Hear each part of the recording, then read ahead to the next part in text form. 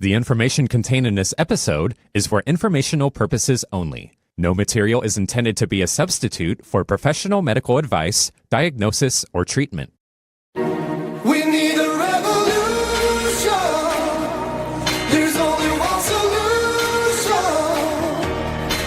I need somebody to show me the love. We need a revolution. Hello and welcome to episode 378 of Informed Life Radio on 1150 AM KKNW Seattle and streaming live to CHD TV, Rumble, YouTube, and Facebook with replays available on your favorite podcast app. Thank you for joining us today and spending your time here. I'm your host, Lisa Templeton, and this hour of Free Speech Radio is brought to you by the members of the nonprofit Informed Choice Washington. You can help us pay the bills by donating at informedchoicewa.org. And another way you can support the show is to always start your Amazon shopping at the link on our homepage. This gives us a small commission at no extra cost to you. Now, we're not encouraging you to shop on Amazon, but when you do, we ask that you use that link from informedchoicewa.org. The views expressed on this show are not necessarily those of KKNW or CHD, and the information provided is not intended to be medical or legal advice. And before I bring on my guest, let me bring on our wonderful president of Informed Choice Washington, Bob Runnels, who's co-hosting with me today. Hello. Happy Friday, Bob. Happy Friday, Lisa. Good to see you. You too. Hey, I wanted to tell our listeners that Informed Choice Washington and Children's Health Defense Washington are hosting a table next Saturday, a week from tomorrow, August 15th, 2026, at Summer Freedom Fest in Redmond, hosted by Let's Go Washington. We hope you'll come by and say hi to us. And there's an RSVP required at letsgowashington.com/events. Yeah, good reminder. I wish I could be there. That's going to be so much fun. I know it is. I think this is their third year, and unfortunately, I didn't go the first 2 years, but I was really sad I didn't because I heard they were really fun. So we hope to get to meet you in person. Come on by and say hi. So let's bring on our fantastic guest, Chris Downey. We're glad to welcome him back to the show. He is a software engineer and the creator of VaxCalc, a platform designed to help parents research vaccine products, compare options, prepare for routine pediatric visits, and keep records of their decisions. Welcome, Chris Downey, to Informed Life Radio. Thank you. It's really good to be here. Hi, Chris. Hey, Bob. And you are on the East Coast. Do you want to tell us what state or... Sure. I'm in Northern Virginia, home of the deep state, about 10 minutes south of D.C. Loudoun County? Fairfax. Fairfax. Okay. Have you been there a long time? Yes. Probably 30 years. Oh, yeah. Okay. You threw me there. I didn't know you were going to say that. I know. Oh, well, when you were on before, our wonderful Bernadette was the host, and the VaxCalc platform already offered vaccine research, ingredient comparisons, and custom plans. Right. What can it do now that it couldn't already do then? Yeah. So one of the things that we've added, which is really important, is you can see like all the well visits in the dashboard that your child will ever go to. And so what we're trying to do is help parents make vaccine decisions. And the challenge with that is, as we know more and more, when you go to a well visit, the parent is treated as if the decision has already been made. And that there's only really one decision, and that is to, go ahead and vaccinate. And I mean, there's even techniques that pediatricians will use. Like sometimes the parent will go in, and there'll be a number of shots already drawn out on a platter. Oh you know, my gosh. which, yeah, I know, which, of course, that is designed to add pressure, because then it's harder to say no, because they've already been pulled. In a way, it's like going to a restaurant, right? And they seat you at a really lovely table, except that the meal's already been ordered and it's waiting for you. Yeah. And so then you have to say, excuse me, I don't really want all this. How about you just give me the menu and I'll think it through. And so what we do then is you can click, into any particular, like the well visit that's coming up. And what VaxCalc does is it takes each vaccine and turns it into a decision, so that so we really want parents to get used to thinking of, each vaccine that's being presented at a well visit is a distinct decision. And then there's tools to help understand that. So for example, you can, there's what I call the derelict doctor fix inside of each well visit. And it's really designed to show you, well, what you can expect when multiple vaccines are given at once. Because, typically a parent will be given, like, okay, so if you're going to get 3 or 4 or 5 different shots, you get 3 or 4 or 5 different sheets of paper, the vaccine information statement. And one, they're watered down. We know those things are watered down. But what do you do when you have 3 or 4 or 5 and they're handed to you like immediately before your child is going to get the shots? Right? It's just, that's too much information to process at once. So we have something called the VaxCalc huddle, and you didn't see this when you go in there. It's new. It's going to be rolled out in the next month. The VaxCalc huddle is a parent will get a text from us maybe like 5 days before their appointment, before the well visit appointment, and it just asks a few simple questions such as, "Why are you going?" And I mean, it sounds really simple, but it's super important to think. It's in a way. I like that. Yeah, it's like, I like starting at that ground level. Yeah. Yeah. Why are you going? I mean, okay. So when you ask parents that, especially parents that tend to come to VaxCalc and are interested in what we offer, well, they want to make sure their child is healthy, and many still want to use a pediatrician, but they're not really going for all the shots. They want a checkup. They want to know that everything is fine. They want some reassurance, especially new parents. And so we help them get clear on what their goal is. If you think about it, in a way, it's just like applying best practices to being successful in your career or in your goals in any area of life. And we're applying that to the healthcare, to the well visit for your child.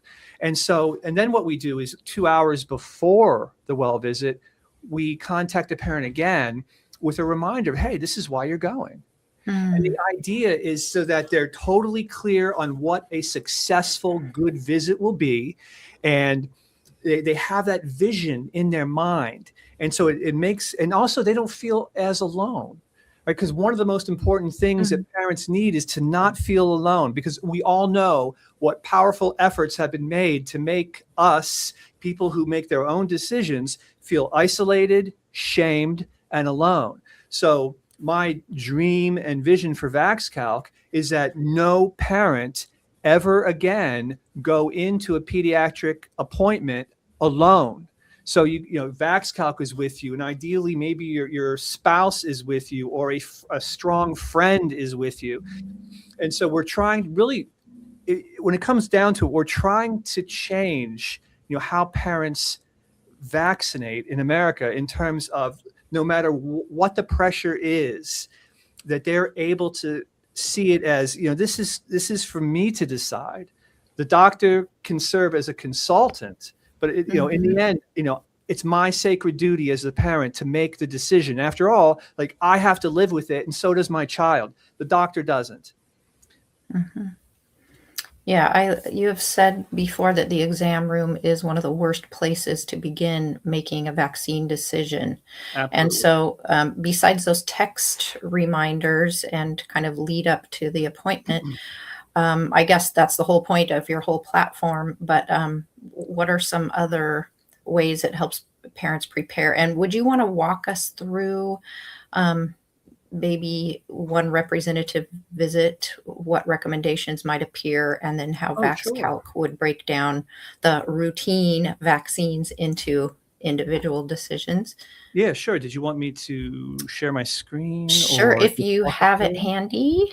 Yeah, let's see. And How do then while you're pulling that up, Oh, I what's want to that? mention that if you just go to vaxcalc.org, you can sign up for the emails, and Chris sends like snappy, quick, easy emails with some, just I guess once a day.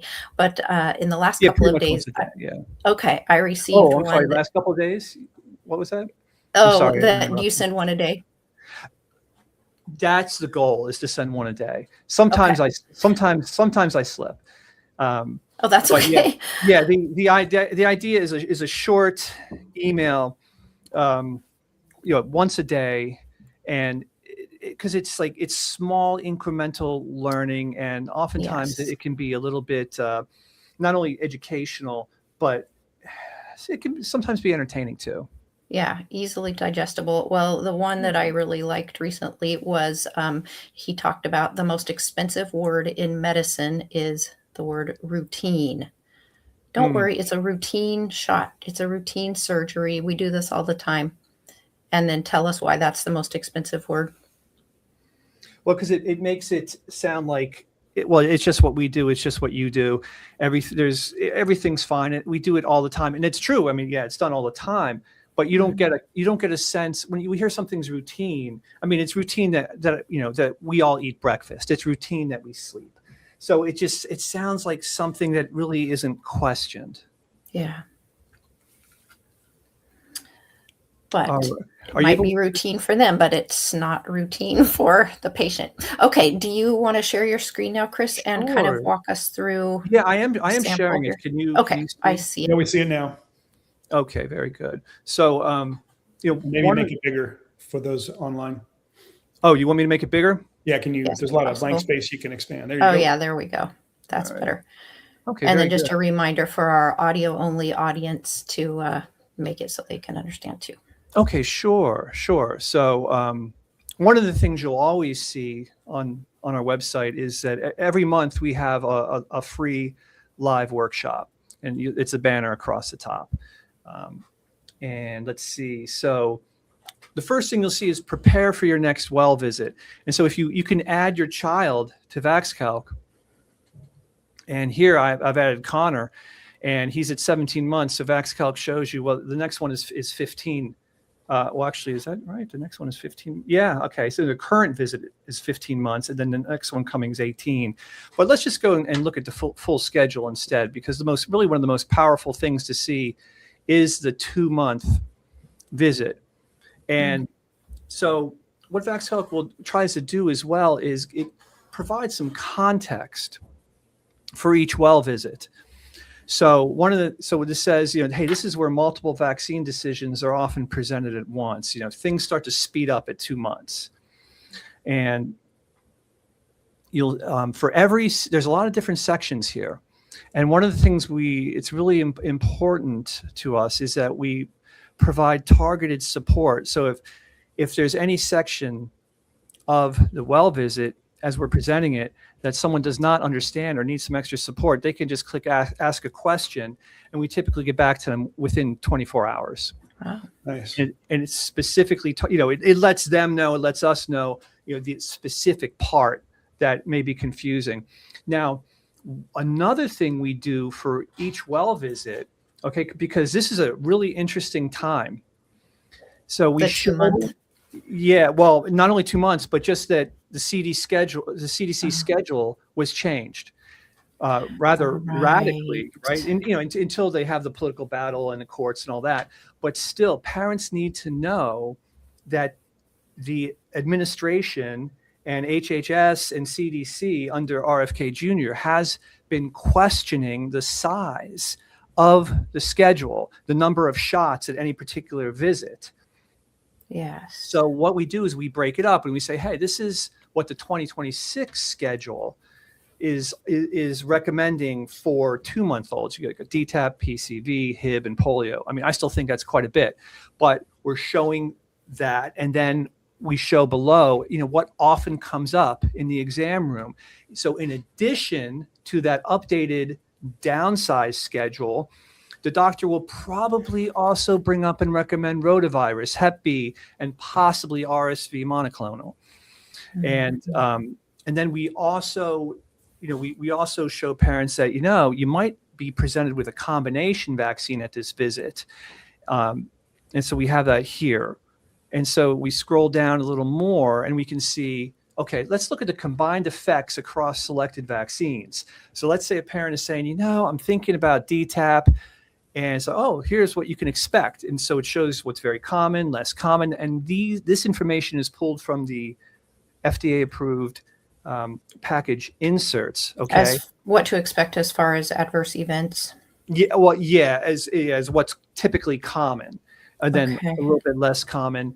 And then, but we also include the U.S. government vaccine injury table. So this is what parents would watch out for afterwards. So it's like they're getting things that they're not being told with the vaccine information statement. So for example, within 72 hours, it's possible they should be watching for encephalitis.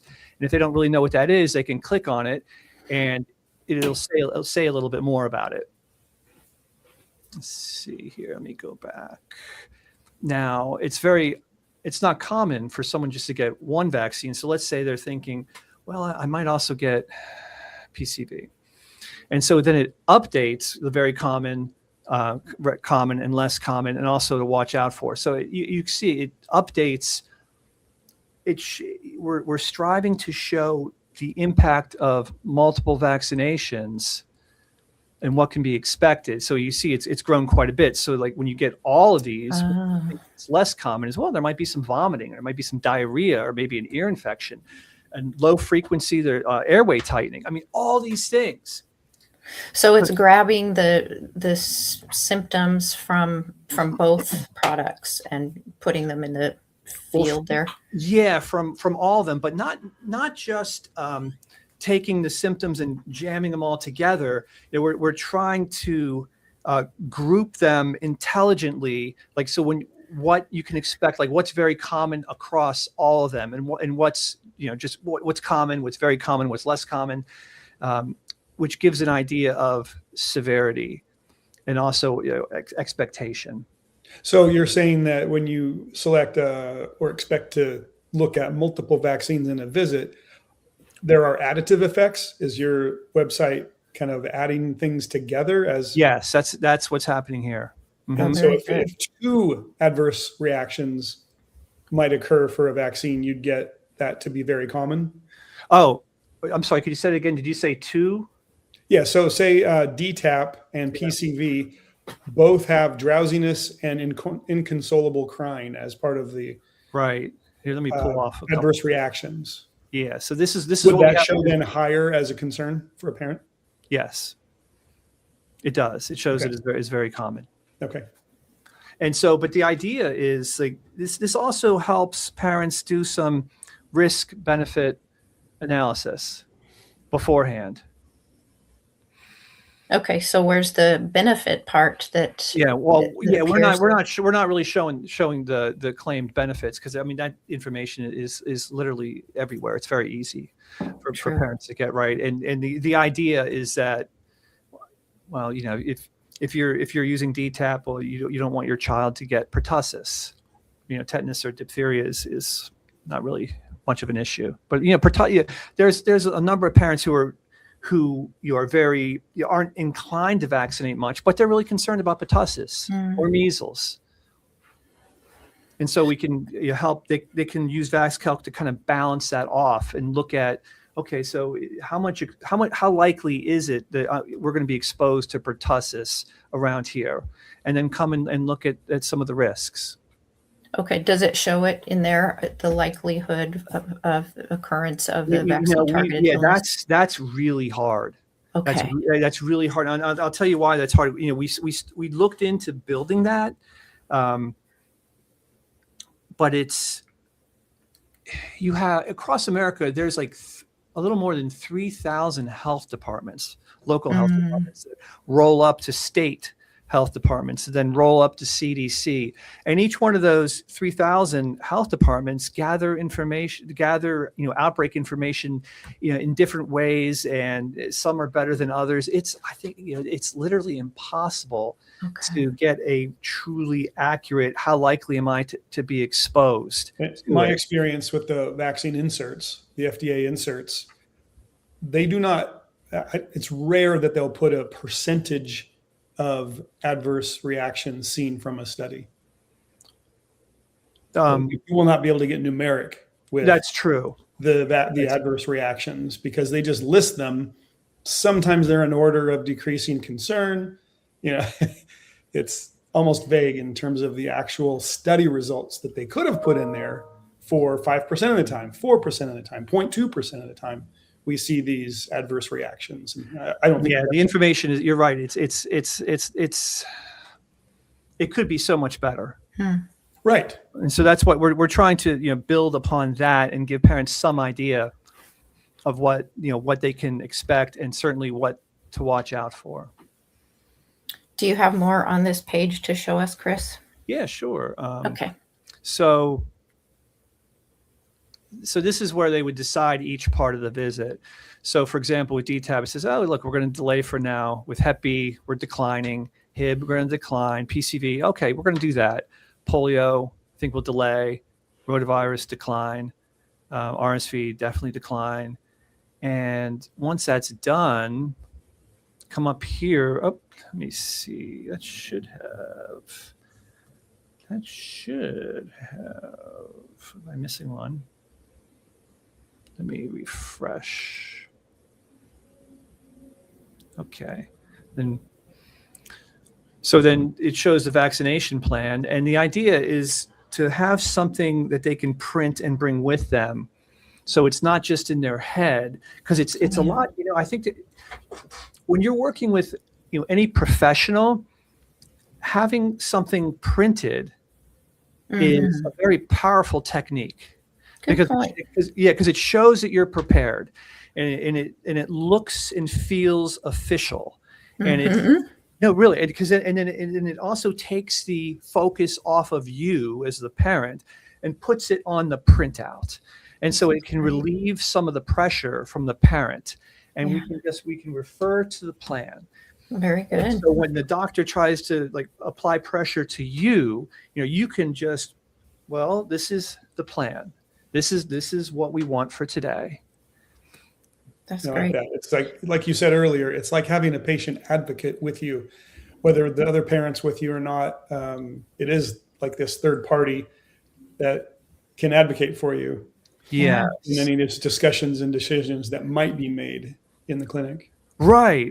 And and then another, let me see, there's some improvements that need to be made on that one. So let me see, I will come back here and let me see, how do I unshare right there? Oh, okay, here I am. And then what we do after the well visit, I think 3 hours later, we'll send a text asking them how did it go? Yeah. And the parents could share with us hey, here's how it went. And the idea is, again, it's like someone is in your corner, and someone is standing for you, and they can also get a reminder based upon what they chose to monitor for potential reactions, because that's one of the big mistakes is that parents often don't want, one, no one's telling them to monitor, two, they don't know what to look for. And I wanted to also draw out that VaxCalc shows a parent, it allows them to compare brands and ingredients. Right, it does, yes. So I thought that was a very good way to become informed too. Do you want to talk a little more about that? Sure. Yeah, a lot of the ingredients are going to be similar, and there aren't many. The thing is, there aren't many different brands. So for DTaP, you might have the choice of 2 or 3. Yeah. And one of the things we always recommend is don't use the combination vaccines, right? Meaning any vaccine and we show this in VaxCalc, that can be broken apart. That you can, instead of getting 6 at once, maybe just do DTaP where you're only getting 3. Unfortunately, you can't break that one apart. But So yeah, you can compare the different ingredients, and so depending on which DTaP vaccine you get, one of them has double the amount of aluminum than the other one. But yeah, for the most part, okay, once you factor out the combination vaccines, there really isn't much. I mean, it's not like cars. There's just not much selection in terms of brands. Yeah, so that wouldn't be overwhelming, but like you say, if there's a factor of 2 difference with aluminum or something, it would be helpful for a parent to know. No, that They've you're already right. decided. But actually, the thing that's really helpful in that vaccination plan, okay, is when someone is choosing many, and they can use that plan just to kind of experiment. Well, what if we gave these 4 different shots? It will show the totality of all the ingredients, and that's actually much more important than comparing the brands. Yeah, that sounds right. Yeah, because it's really, I mean, that's something that doctors never talk about it. The body burden of all the different ingredients together at any one well visit, but then also across well visits, right? There's in the first 3 years, there's something like 13 well visits. Well, how much aluminum has your child received, and how much of other ingredients that you may be concerned about has been given? Yeah.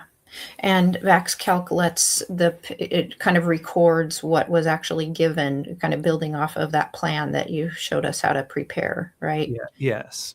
Over the baby's lifetime. So across, you can monitor the full body burden. Yeah.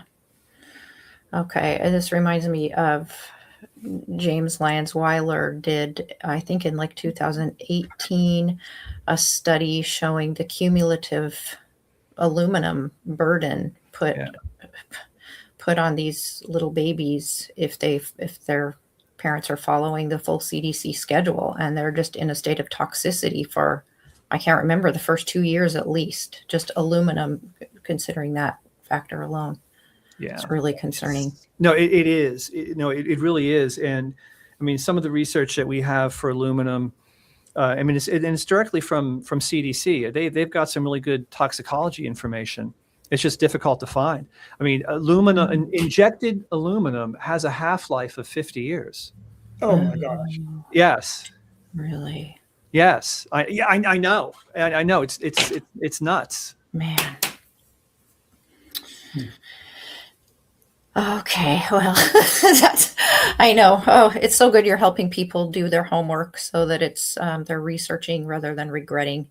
Yeah, I mean, it's surprisingly complex, and in fact, that's one of the few reasons why it's such a conveyor belt, right? It's a one size fits all. I mean, we're never going to get most pediatricians to individualize vaccination, because it's so much to track.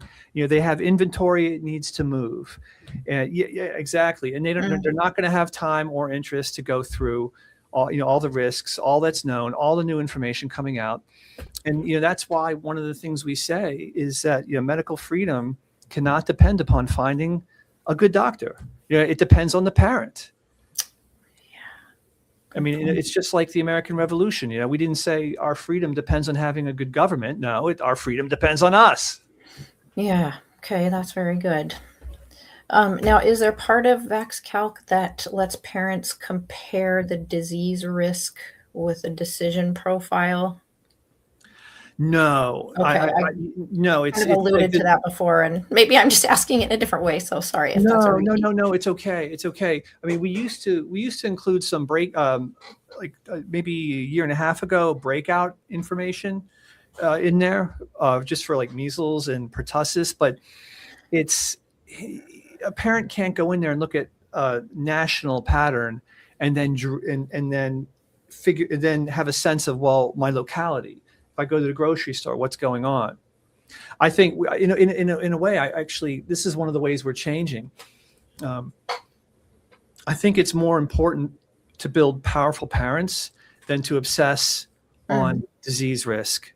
Okay, because obsessing on disease risk is an endless rabbit hole, right? And people do get sick, and when there's something spreading, we're around, we're going to know. I mean, but it's the most important thing is to have powerful, strong parents. And so one of the things we encourage is that parents do something a little challenging or difficult every day. It might be taking a little cold shower, something, so that you're becoming incrementally stronger, because that is part of health. It's part of protecting your children. It's being a parent that is continually improving and getting stronger, because you get used to doing something uncomfortable daily.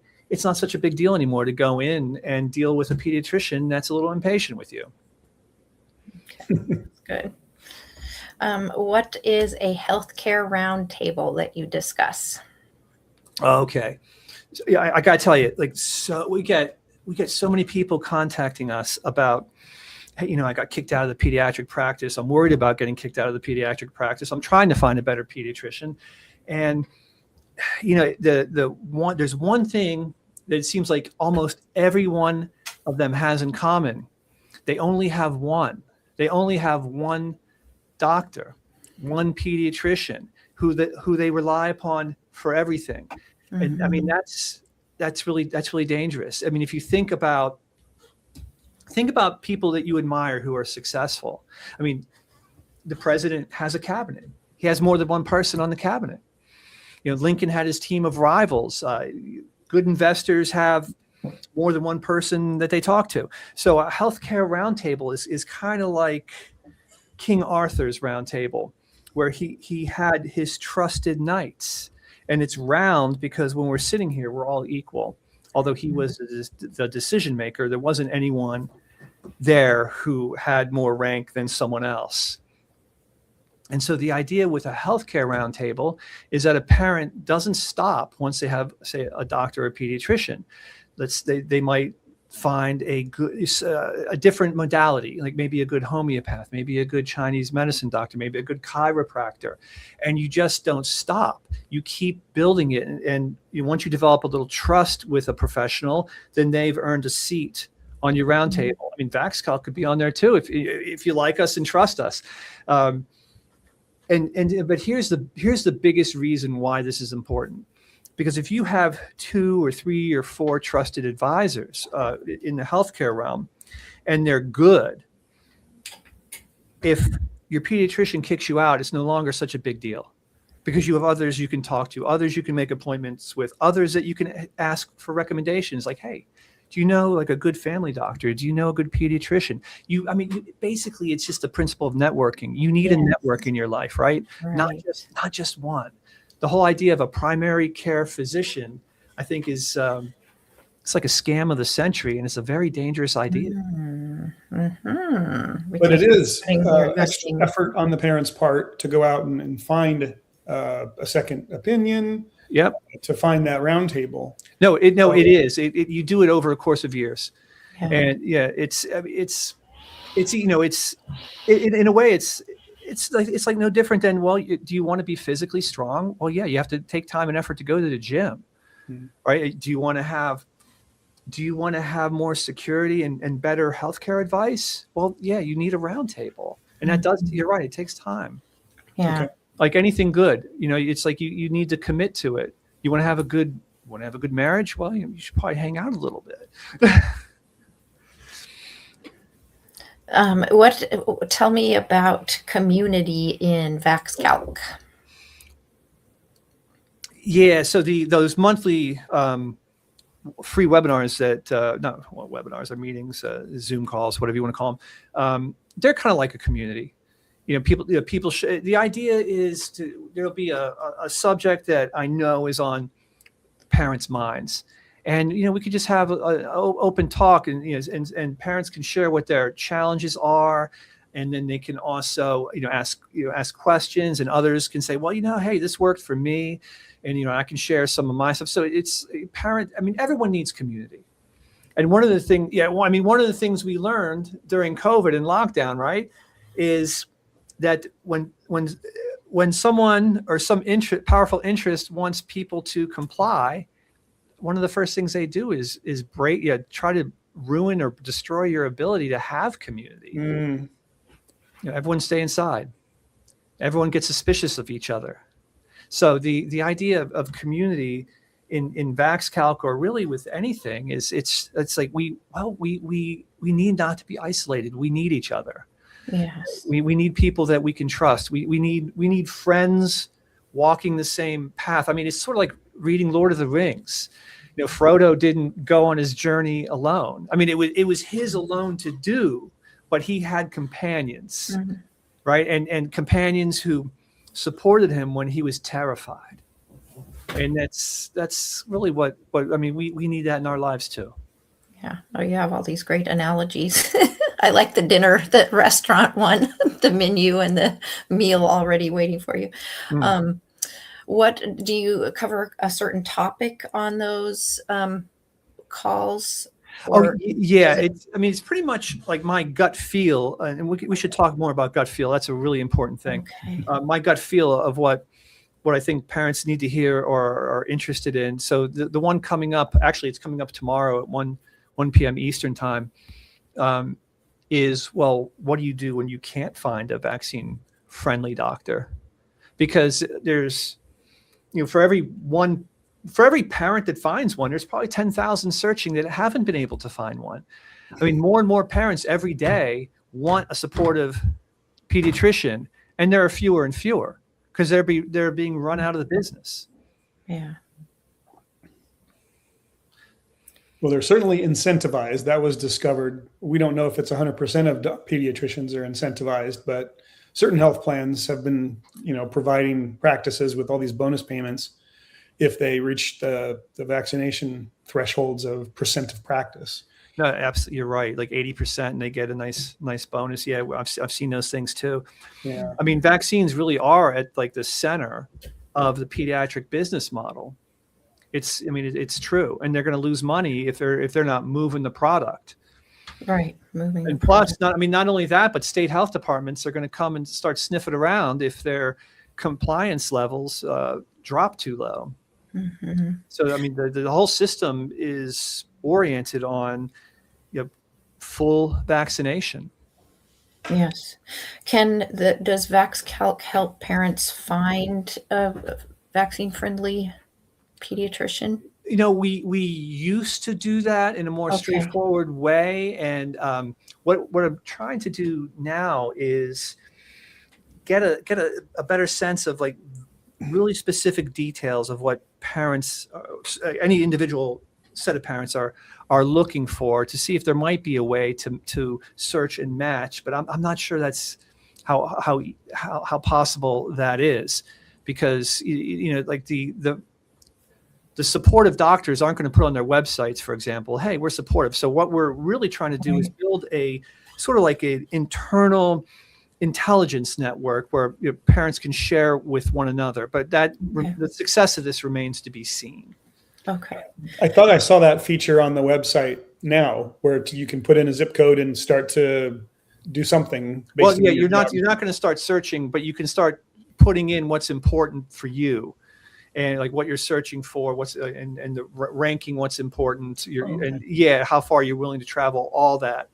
But I mean, this is like a more of a test in development program to see what happens. I mean, and frankly, one of the biggest challenges is in the past is like once parents that have come to us looking for a doctor and we've been able to help them find one, I mean, they're just gone. They don't come back and provide any feedback whatsoever. Right. I was hoping you'd give some feedback now, just because Informed Choice Washington has call it a similar service if we can, but we do a risk benefit in Washington State. We can do a risk benefit discussion with parents. Oh, that's excellent. And that's just a guide to help set them up for a doctor we think we can provide as a recommendation. Okay, so you know what I should do? Okay, so for anyone from Washington, I should forward them to you. We should talk afterwards.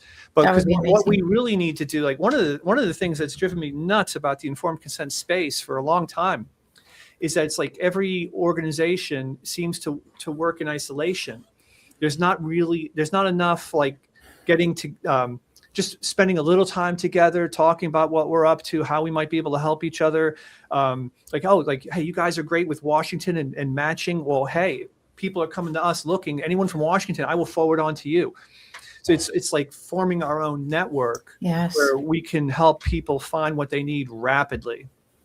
Yes. And so if people want to utilize this service that Informed Choice Washington provides at no cost, that we call it the risk benefit class and practitioner referral, just go to our web page and in the search bar, type in risk benefit.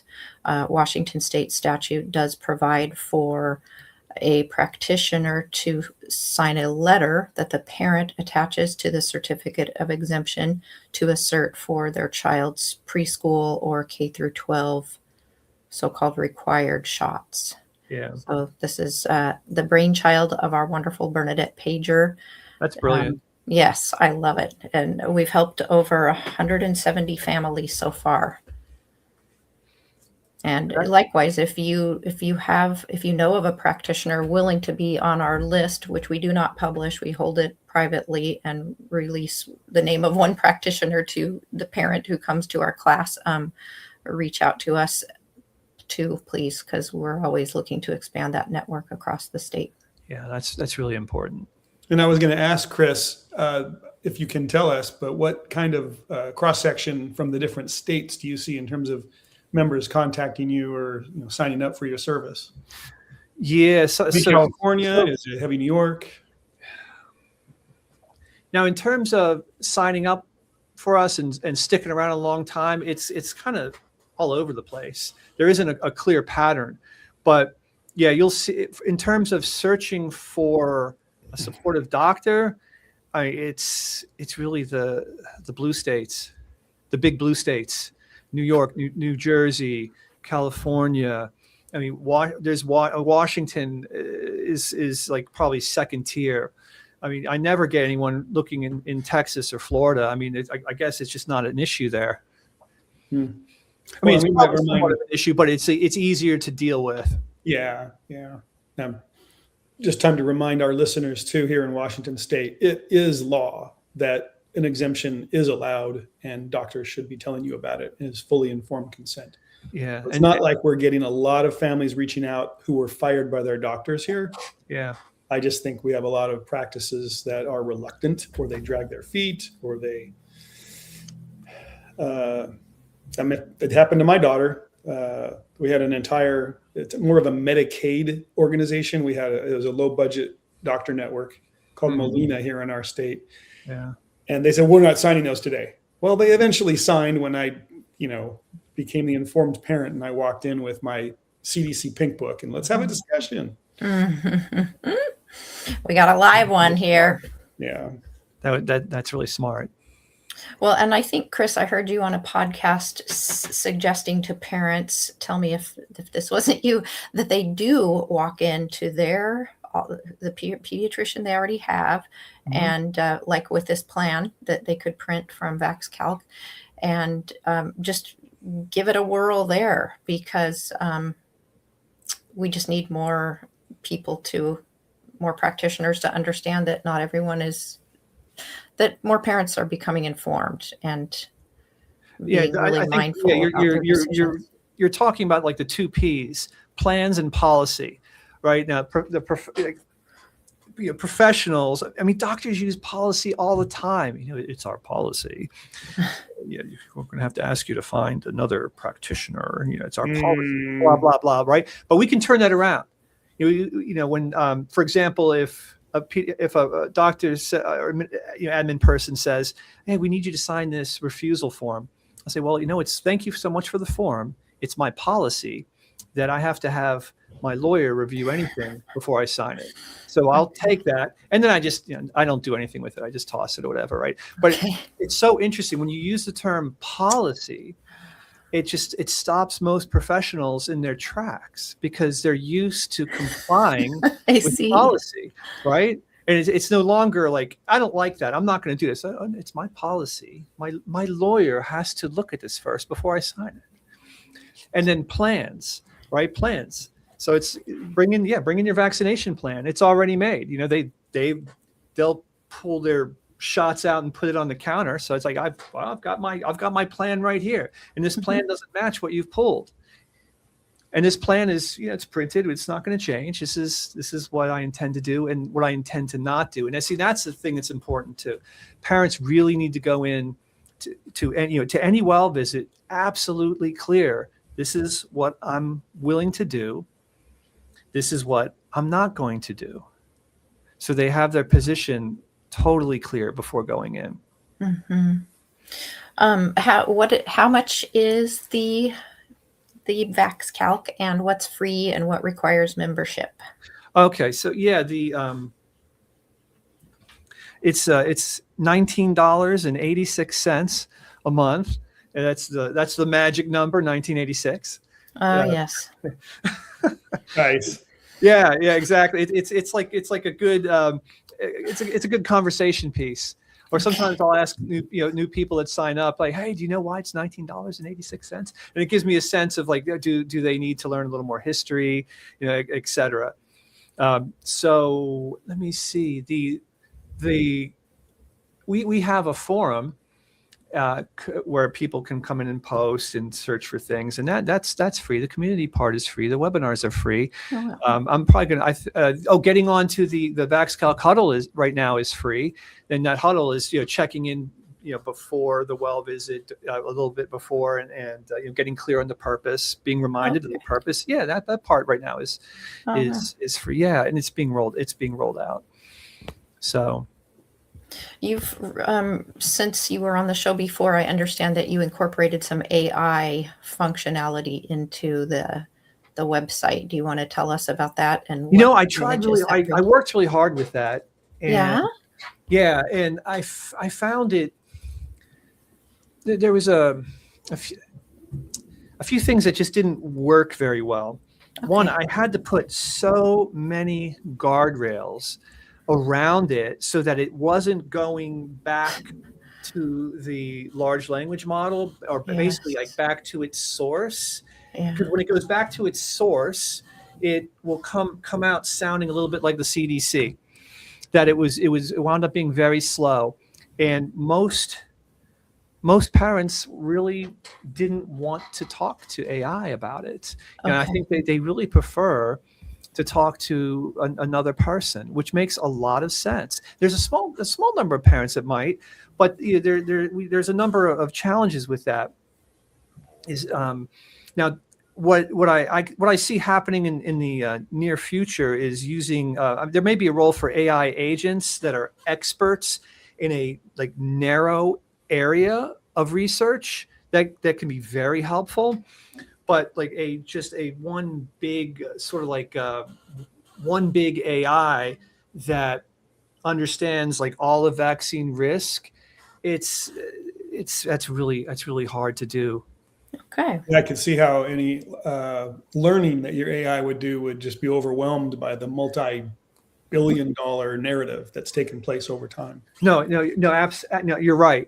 You're absolutely right about that. I think there is a way to do it, but I just don't think that's what parents really want or need. I mean, I think what parents need now is more, because here's what I'm saying is AI. I mean, AI is spreading to everything, right? We see it all. I mean, would you agree with that? It's rapidly spreading. It's very disruptive. It's being plugged in all over the place.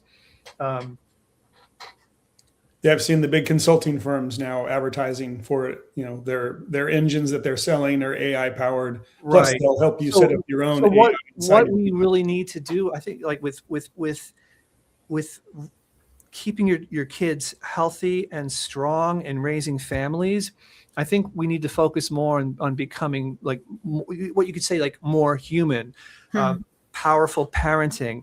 How get down to those fundamental questions. How do we want to live? How do I want to raise my children? How can I protect them in this world? And when interacting with AI, one of the most, probably the most important thing to do is to learn, and it can help you with this if you focus on asking questions. You can learn to ask better questions. Mm-hmm. And what I mean by that is not going to AI to say, oh, well, what is this and what is that and what should I do to be healthy? I mean, that's probably like the worst things you can do. But seriously, but you can learn to like keep asking better and better questions, going deeper into issues, challenging what you're being told by AI, because you'd be surprised. You challenge it enough, and sometimes it'll shift. It will actually start to say, "Oh, you're right. I didn't consider that part." So yeah, and like one of the fundamentals that it's really important that we revisit, especially with technology's rapid spread and AI, is for parents to understand like how they can listen to their gut instinct more. How can they develop it? How can they develop the gut instinct of their children? And so that's, if there's a takeaway for anything we've talked about, okay, because we have about 2 minutes left, is for parents to learn to listen to their intuition. Okay. And one way to do that is they can work with their own children. You can do this when they're 3 years old. This is what I did with mine. Take them into a grocery store and just like hold their hand, tell them, hey, look, we're going to play a game. The game is you cannot find daddy or you can't find mommy. But don't worry, I'm not leaving. We're going to be right here. It's just a game. But I want you to look around and tell me, what person do you see that you would go and ask for help? Because they start judging and they start like sensing, does this person look safe? Does that person look safe? And then once they get good with that, and here's the best answer. Okay, a child should go to a mother with children. Yeah. Okay, that by far is the safest answer, because that mom will make sure that the child is delivered to the parent. Like if they go to, like, most men, young men, they might not be so helpful in the same way, right? But then you reverse it once they get that down, and you ask them, well, who wouldn't you ask for help and why? And here's why these two things are so important. Because we're always being told to be nice, to be kind. You're telling our children to be kind. And just assume everyone is equal and good, but that's not true. Yes. That's not reality, right? And so we are okay. This is it. We're at our last minute. Okay, human beings are the only mammals in all of creation that teach one another and our children to cooperate with predators. Oh, say that one more time. Human beings are the only mammals that teach one another and our children to cooperate with predators. Oh gosh, yeah. Well, and I like my own idea. That's Gavin De Becker. Gavin De Becker. Can I have an example, please? Oh, okay, sure.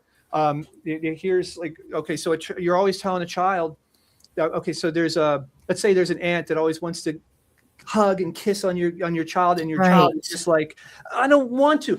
Be kind to your auntie. Yeah, don't hurt her feelings. You're telling your child, allow an adult to touch you and kiss you, even though you don't want that. Yeah.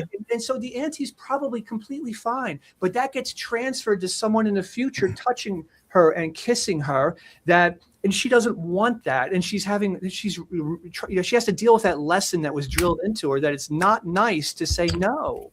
Right. And then we bring that into the pediatric office. That we have to be polite and not get the doctor upset. It's not nice to say no. We have to say no. And very last thing, because I know I'm running over. Okay, so one of the most fundamental things that we can do to become stronger parents is to learn to be comfortable making others uncomfortable. And maybe even enjoy it a little bit. Oh, that's really good. Yeah, I got really good at that over the years. But anyway, thank you so much for having me. Oh my goodness, Chris Downey, thank you so much for joining Informed Life Radio. Bob Reynolds, thank you for joining us too today. Ladies and gentlemen, please join us next week for Washington State chiropractor Anique St. Martin to discuss her new book, Skin on Fire, How to Heal Psoriasis Naturally. And I'd like to thank Nathan at the station for all his excellent work. And ladies and gentlemen, thank you for spending your time with us today on Informed Life Radio on 1150 AM KKNW and CHD TV. This is your host, Lisa Templeton, signing off for the week. Here's to embracing your informed life. Have a good weekend, everybody. Informed Choice Washington is a nonprofit organization that advocates for healthy immunity, medical freedom, and fully informed medical consent. The right to make medical choices without coercion is fundamental to our civil liberties and a basic principle in all human rights declarations. To learn more, tune in each Friday from 4 to 5 p.m. to an Informed Life Radio and visit the website informedchoicewa.org. It's time to take a stand for medical freedom. Go to informedchoicewa.org today. Did you know that solutions containing iodine can inactivate viruses in the nose and throat in 15 seconds? And hydrogen peroxide can do it in under 30 seconds. Decades of studies, including many conducted during COVID, have shown that properly prepared and used nasal spray and gargling solutions can reduce your risk of infection, reduce viral load, reduce symptoms, and reduce transmission of viruses. To learn more, go to healthyimmunitynow.org and check out the EFU Challenge. Why spread fear and infection when nature provides solutions? Go to healthyimmunitynow.org today. The information contained in this episode is for informational purposes only. No material is intended to be a substitute for professional medical advice, diagnosis, or treatment.